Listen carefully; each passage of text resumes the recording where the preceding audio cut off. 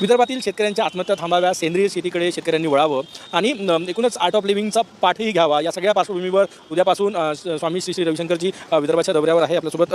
स्वामीजी काय सांगणार, कसा दौरा असणार आहे हा? ते उद्याला येतील नागपूरमध्ये आणि उद्या संध्याकाळी सोमनाथ शिवलिंग रुद्राभिषेक ठेवला आहे. जे 1000 वर्षापूर्वी मुघलांनी तोडलेलं होतं, जे मूळ सोमनाथचं शिवलिंग होतं, त्याचे अवशेष आता काही ज्यांनी वाचवले होते ते शंकराचार्यांनी सांगितल्यामुळे गुरुजींना ते देण्यात आलेले आहेत त्यांच्याजवळ.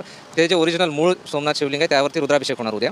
आणि मग 11 आणि 12 2 दिवस विज्ञान भैरववरती गुरुदेवांचं प्रवचन होणार.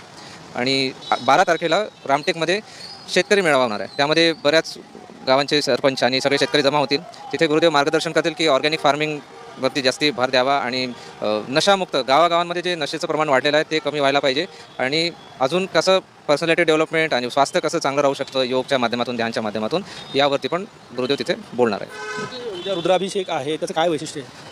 ते शिवलिंग 1002 साली जे सोमनाथचं मूळ शिवलिंग आहे ते असे म्हणजे ऐकत होतं की ते शिवलिंग हवेमध्ये होतं आणि त्याची योनी खाली राहायची, मध्ये गॅप होती.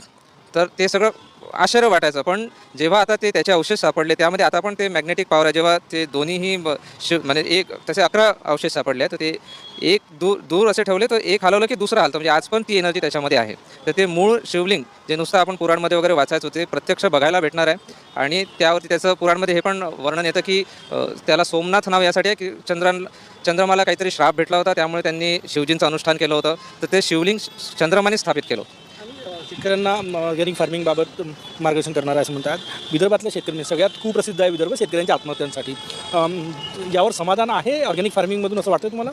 ऑर्गॅनिक फार्मिंगमधून झिरो बजेट फार्मिंगवरती जोर देऊ आणि विशेष म्हणजे नशा जेवढा कमी होणार तेवढं त्यांचं जे काही इन्कम येत आहे ते सगळं नशेमध्ये जात आहे मॅक्झिमम लोकांचं. त्यापासून वाचवायचं आहे. आणि एक स्वास्थ्य चांगलं असलं पाहिजे. स्वास्थ्य चांगलं असलं की ते पण एक व्यक्ती पण जर स्वास्थ्य बिघडलं पूर्ण परिवार त्यामध्ये प्रभावित होतो. त्यासाठी खास करून आमचे ते पण प्रोग्राम्स चालतात.